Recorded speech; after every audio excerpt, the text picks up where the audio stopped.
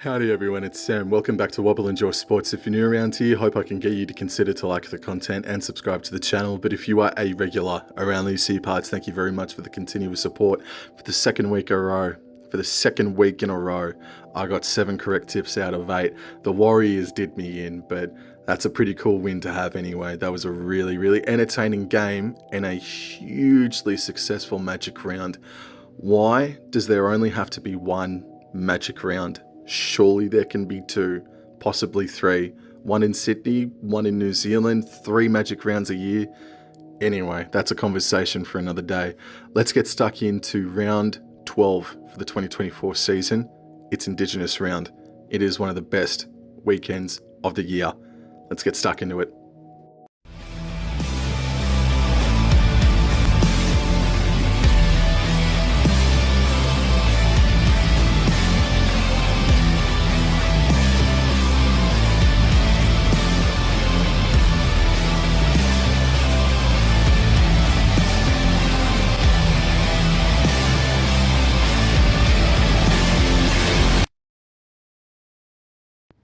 Round 12, Indigenous round, starts on Thursday night footy, and it is the first of 2 Accor Stadium games this weekend.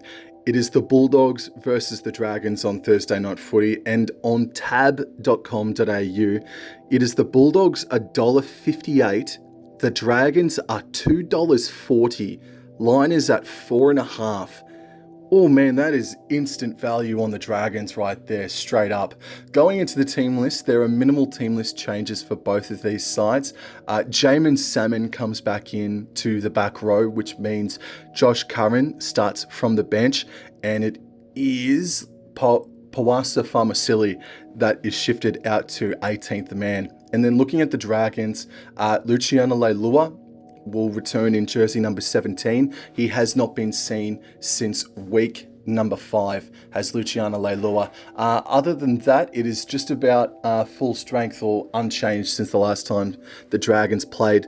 The Bulldogs were their own worst enemy against the Canberra Raiders at Magic round, going down 24-20 in a very entertaining game of footy, whereas the Dragons, they were the unfortunate team of Magic round to suffer that bye. I'm going to tip the Dragons in this game. They've been looking on Magic round for the past few days or so, and they'd be chomping, absolutely salivating at the prospect of their next matchup. And against this Dogs team that they were competitive against Penrith, I think just that they're going to be inconsistent this year. They're still going to be competitive, but this Dragons side, I think who have been sitting out for the week, coming off the bye, I think they'll have a bit too much, and they'll get the win over the Bulldogs this Thursday. Friday night football, there are 2 contests, and game number 1 is from Queensland Country Bank Stadium. The Cowboys versus the Tigers. On tab, the Cowboys are favourites at $1.24. The Tigers are $4.10 outsiders. Looking into the team list now for both of these sides, the Cowboys are unchanged, and Kyle Felt has been named on the reserves list in jersey number 21. Whoa, that's interesting. That is interesting. And then going into the West Tigers, there is a plethora of changes, a couple of suspensions. Brent Naden and Justin Olam have been suspended, meaning Declan Casey, formerly with the Bulldogs, and then Josh Felaherty, who is this young thing coming through the Tigers, have been rapping, and he also represented the New South Wales under-19s last year. They have a new look centre pairing, but a familiar face comes back into the back row with Isaiah Papali'i returning for the West Tigers. All off season, even the day after the Cowboys spanked the Tigers 74-0, I've been looking at this game. I've been looking at both the Cowboys-Tigers games in a bit of fear. Benji Marshall, he does not like the North Queensland Cowboys. He relishes putting the boot into us. I'm anticipating some sort of ambush this Friday night.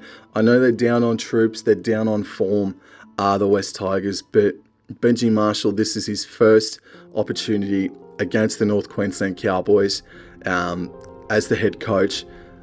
I'm just dreading it. I'm just so nervous about this game, but Cowboys on paper, they should be way too good for the Tigers, and they'll get the dub 13+ this Friday night. Come on, you Cowboys! And the main event on Friday Night Footy is from Four Pines Park. Manly host Melbourne. The Sea Eagles are $2.25. The Storm are $1.65. Going into the team list now, and there's only a couple, but the big one comes from the Melbourne Storm. For the Manly side, however, it is Matt Lodge, who is out with an injury. Toafofoa Sipley has been named on the reserves list, so just keep an eye out for Toff Sipley. But it is Cameron Munster, the big story for the Melbourne Storm. He is out. And going into the 5/8 is the really reliable, dependable Tyrone Wishart. But they're aided by the fact that Jerome Hughes is back into the fold, in at the halfback position. And arguably, before his injury, he was the in-form halfback of the competition. So that is a huge inclusion. The Sea Eagles got a hell of a lot closer against the Brisbane Broncos than what I thought they would. So much respect to them. But the Broncos, they were a bit battered, bruised and slow. And then looking at the Melbourne Storm's game against the Parramatta Eels, it was competitive. That first half ended up being 16 points to 10. And even when Munster fell down, it became the Harry Grant show, basically. They're just... Look, they are my most disliked team in the competition, but I've got to respect them and just stand and applaud and in shock and awe about how well that they can fight back into things. So, excuse the mobile just then, by the way. I'm going to tip Melbourne in this game. Manly did cause the boil over last year, but I'm going to stick with the Melbourne Storm to get this game 1-12. I know the defense was better against, of all teams, the Broncos at Suncorp, but I'm just not trustworthy about the Sea Eagles. And by the way, I'm a dickhead. Jason Saab returns on the wing in jersey number 2, so there you go. But in any event, Melbourne Storm 1-12. Super Saturday, there are 3 games, and game number 1 is from GIO Stadium. The Raiders versus the Roosters. On tab, I should say, it's the Raiders, who are $3.90 up against the Roosters, $1.26. Line 10.5. That's baffling to me, just quietly. That should not be that big. Going into the team lists now. For the Raiders, Josh Papali'i is out, meaning Emre Gula starts. The interchange reads Starling, Mariota, Mooney, and Peter Holler in jersey number 17. And looking into the reserves, there is still no sign of Big Red Corey Horsburgh. Going into the Sydney Roosters now, and Joey Manu returns at centre after suffering a concussion the week before. And other than that, Connor Watson is out with an injury. So that means Sandon Smith makes his way back into jersey 14. And the rest of the interchange is Butcher, Lenu, and Terrell May, with Siwa Wong floating around on the reserves list there. At $3.90, that's wild about the Raiders at home, and especially with the way that they're going about things. I know that they were lucky to get a couple of tries go their way in the first half of that game against the Bulldogs last week, but they're still tough as nails, and Styles makes fights. And I think that if this Raiders team are good enough to drag the Roosters into the trenches with them, there could be an upset on the cards. But this Roosters outfit, while they went down to the Sharks last Saturday night in an epic, it was a high quality game of footy. And it was, even though it was a loss, it was a game where I thought, right, that's actually a worthy performance from the Sydney Roosters, because I've just been doubting them over the past couple of weeks. They did the Dragons in, they did the Broncos in, but they lost, a quarter of their squad halfway through the game. So it's just a little bit hesitant on whether or not I should buy a ticket to the Roosters train. And while I haven't bought a ticket yet, I'm thinking about approaching the train station. Anyways, enough of the metaphors. I am going to stick with it safe. I'm going to tip the Sydney Roosters, but gee whiz, I'm sure you can find some value in the line, or maybe at the start for the Raiders. Line at 10.5. I'm sure you can find some value somewhere about the Canberra Raiders, whether it be the line or whether it be the try scoring department. But I'm going to stick with the Roosters 1-12. Saturday, 5:30 p.m. from PointsBet Stadium, Shark Park, is the game of the round. Oh boy, howdy, it's the game of the round. Arguably, this is now the game of the season. It is already sold out. The Cronulla Sutherland Sharks host the Penrith Panthers. And on tab, I can't believe what they've put it down as. The Sharks are $1.60 favourites. The Panthers are $2.35 against the Sharks.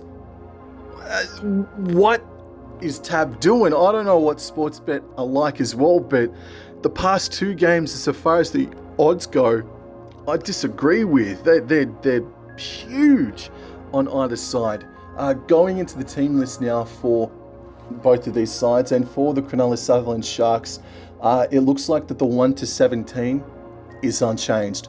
Going into the Penrith Panthers now, Luke Garner is out of this game. Sorensen and Martin, Isaiah Yeo are the back row. In the interchanges, Laurie, Smith, Henry, and Eisenhuth.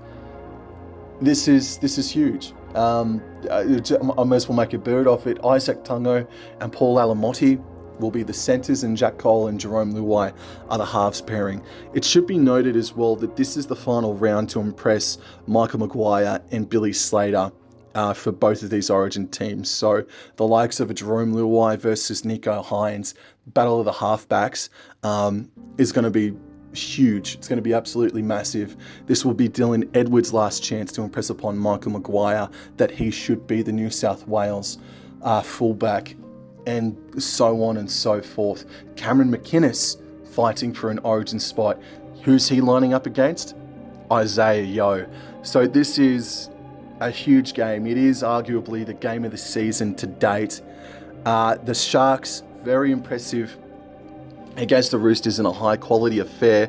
But to leak 30 points, the most amount of points they've leaked, or the second most amount of points they've leaked so far this season, must just put a little bit of a dampener on it for coach Craig Fitzgibbon. Whereas the Penrith Panthers, I think in a way they've been building up towards that loss against the New Zealand Warriors last weekend for a few weeks now. Their ball handling is kind of soft at the moment. They're dropping the pill at the wrong end of the paddock, rather meekly at times as well. They're just not all there at the moment, and I don't attribute it all to Nathan Cleary. They've been playing like this all season, even when Nathan Cleary was thereabouts. Just thinking about some one-on-one matchups this weekend, it's going to be Brian To'o versus Sione Katoa, and while you'd probably give the edge to Brian To'o due to his tackle busting prowess, you'd imagine that Katoa's teammate on the inside of him, Jesse Ramian, also is going to come into contact with Brian To'o. And also Ramian is fighting for an Origin spot as well. He is a dark horse, an outside chance of nabbing a New South Wales Blues jersey. This is just absolutely enormous, and for the Panthers to be over $2.35, do you really want to back against the Panthers? This is a tough game to pick, man. I can't ignore that value. I don't think the Panthers are going to lose two in a row. They're like the Storm or the Roosters in that sense. I don't think they'll lose two in a row. I'm going to go the Panthers to win this game 1-12. Sharks are up in this game. It's up to their eyeballs for the Cronulla Sharks in this game. They are a huge chance. And if they get this win against the Penrith Panthers, oh man, you just about pencil them in for at least a preliminary final berth if they get this game. But as it is, I think the Panthers are just going to get them 1-12. And the final game on Super Saturday is a game where both teams don't have a coach yet, basically. South Sydney versus the Parramatta Eels. On tab, they're $1.90 each way. The bookies, they cannot split them. Going into the team list news for the South Sydney Rabbitohs, hallelujah, Jack Whiten has been moved to 5'8". Cody Walker is the halfback, meaning Johnston, Milne, Cheekham and Gagai is the backline. And the forward pack, Mawali, Cook, Kepi, the interchange, Mamazulis, Duncan, Havili and Burgess, with Dion Taupo dropped to jersey number 18. And then looking at the Parramatta team list, it's Arcee and Brown in the halves combination. And that's about it. I thought Parramatta looked better, or I think they look better when Ethan Sanders is the half. Ethan Sanders has been named with jersey 20 on his back. So it's going to be Ben Hornby versus interim coach Trent Barrett. Eels coach for the past 10 years, Brad Arthur, getting the sack yesterday. I'm very mixed about the way Brad Arthur got the sack, because he did bring the club out of the darkness, but they had gotten stale over the past, in particular the past 12 months with coach Brad Arthur. But then again, Moses and Gutherson, injuries to a couple of other players as well, hasn't helped the cause. I think Brad Arthur probably did deserve to see out the rest of the season. At 10 years, a 10-year coach for one club, I think they could have handled it a little bit better. But and evidently they've missed out on their man. Wayne Bennett is going to be signed up with South Sydney from next season onwards. So I guess not on the field, but I guess behind closed doors and off the field, I guess there's just a little bit of animosity between or towards both of these clubs coming into this weekend, but that's not Wins Footy Games. I feel like I want to tip South Sydney here. I think it is a good choice to move in Jack Whiten into the 5/8 role, Walker being the halfback. The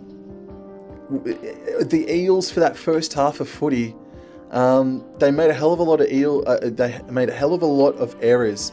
The Eels did against the Melbourne Storm, but they still were able to keep it at 16 points to 10. And then for some reason or another, they must have gone into the sheds and turned off a little bit, and they thought, right, well, Munster's not playing, surely we can just take it a little bit easier. But again, as I said before, it turned into the Harry Grant show in that second half. So yeah, they're only playing halves of footy at the moment at the Parramatta Eels. And South Sydney, they've been fighting without being brilliant or crisp. They've been fighting. They've been staying in the fight. So I'm going to tip the South Sydney Rabbitohs here to break their losing streak, 1-12, and heap a bit of misery onto the Parramatta Eels this weekend. There are two games on Sunday, and game number one is from Suncorp Stadium, the Broncos versus the Gold Coast Titans. The Broncos are $1.22, the Gold Coast Titans are $4.30. Going into the team list for both of these sides, and starting with the Brisbane Broncos, Reece Walsh is back in the fullback position. It's still Ezra Mam and Jock Madden in the halfback role. And just quickly, I'm really happy about Jock Madden, or happy for Jock Madden. I think he was a really talented kid when he was at the West Tigers. I saw a bit of him and thought, oh, if someone gives him a chance, he could do some really nice things for a club one day. And he got the win for the Broncos last weekend, and he's also kept his head above water when he's been up there. So I'm really happy for Jock Madden. Josiah Karapani remains in the centre position. Going into the forward pack now, Billy Walters has been named at the hooker position, so he returns. And the interchange reads Smoothie, Willison, Hetherington and Gajewski. Shifting into the Gold Coast Titans now, and Keanu Kinney remains at fullback. Chris Randall and Tom Weaver remain the halves. But on the wing is Tony Francis. Wow, that's cool, man. Tony Francis, well, I can't remember if it's the Brisbane Tigers or the Burleigh Bears, but Tony Francis has made huge waves over the past 12 months or so. Also representing the Queensland Under-19s team last season. Yeah, definitely keep an eye on Tony Francis, man. He can sniff out a try from anywhere. The forwards, Moeki Fotuaika and Josiah Pahulu starts with jersey 10 on his back. He is a smoky, Pahulu, to be the Rookie of the Year, 1,000%. Just cheekily as well, on the reserves list is Kieran Foran with jersey 19 on his back. The Titans, they nearly caused the boil over. They, in some people's minds, got robbed last weekend of a victory. I happen to agree with the bunker that it was a knock-on only just, but whatever. But the Titans here, they've lost Aaron Sharp and Jamin Jolliffe. Jamin Jolliffe has been an absolute toiler, an absolute workhorse for him. And also, just quickly, something I failed to mention before was that Tony Staggs has not been named. He is out of this week's contest, so there's just another injury just for a week or two for the Brisbane Broncos to deal with, which is why Karapani is in the centre spot where he is. But look, I can't go past the Brisbane Broncos. The Titans have been known to cause some upsets at Suncorp on a Sunday afternoon over the past few years, and I don't think that's going to happen this weekend. I'm going to stick with the Brisbane Broncos to win this game 1-12. And the final game of round number 12, Indigenous round, is the Warriors versus the Dolphins from Go Media Stadium and on tab. These two sides cannot be split. The bookies have got them at $1.90 each way. For the Warriors team list, first of all, Rocco Berry returns to the centres. Chance Nickel-Kluxter and Tamare Martin remain as the halves pairing. Wade Eakin has been left out due to concussion, meaning Freddie Lussick is the hooker this weekend. And then Dylan Walker will start with jersey 13 on his back. He will be the lock. And the interchange reads Tom Ale, Jazz Tavanga, Laban, and Murata Nyakure returns with jersey 17 on his back. Also, cheekily enough, Chanel Harris-Tavita is on the reserves list with jersey 20 on his back, so watch out for that. For the Dolphins here, it looks like Max Plath will return from concussion. He is going to be in the lock position, and Trey Fuller has been dropped to even further down from 18 to jersey 22 this weekend. The Warriors, they've had some really famous wins in their history. There mustn't be too many tougher, more impressive than what came this past Sunday against the Panthers at Magic Round. What an absolutely exceptional fight from the Warriors, and you could feel and sense that they were physically ready for it. Not from the kickoff, because young Tain Tuapiki kicked it off from the full, kicked it out on the full from the very first play of the game.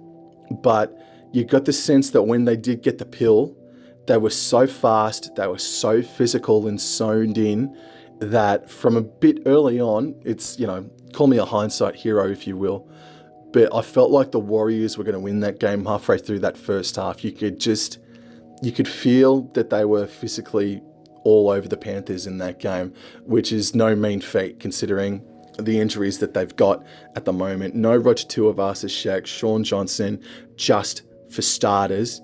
Absolutely incredible performance from the Warriors. Meanwhile, the Dolphins are not full strength, but still not an impressive win, in my opinion, against the West Tigers.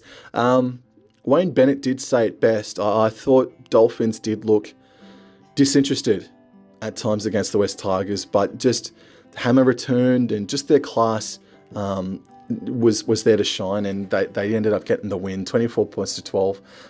You get the 2 points and move on. In this game, oh man, I'm trying not to be so excited for the New Zealand Warriors here, because I look at the battle of Montoya versus Azarko, and I think Azarko will cross over against Montoya. Montoya has been at times a bit weak defensively this year. The battle of DWZ versus Bostock could be very, very interesting. Cody Nikorima returning to the Warriors. So what kind of reception he'll get, I'm not too sure. And then the battle of the forward pack, Aiden Fanua-Blake versus Jesse Bromwich is insane. Freddie Lussick at hooker is going to have to step up big time here. And I don't know, just that back row is very, very evenly matched. I think this is just an evenly matched contest this weekend. Oof. Oh man, this is so hard to tip. I I guess I got to go with the New Zealand Warriors. I'm going to go with the New Zealand Warriors to win 1-12. I think I'm basing it off of Chance Nickel-Klukstad's energy.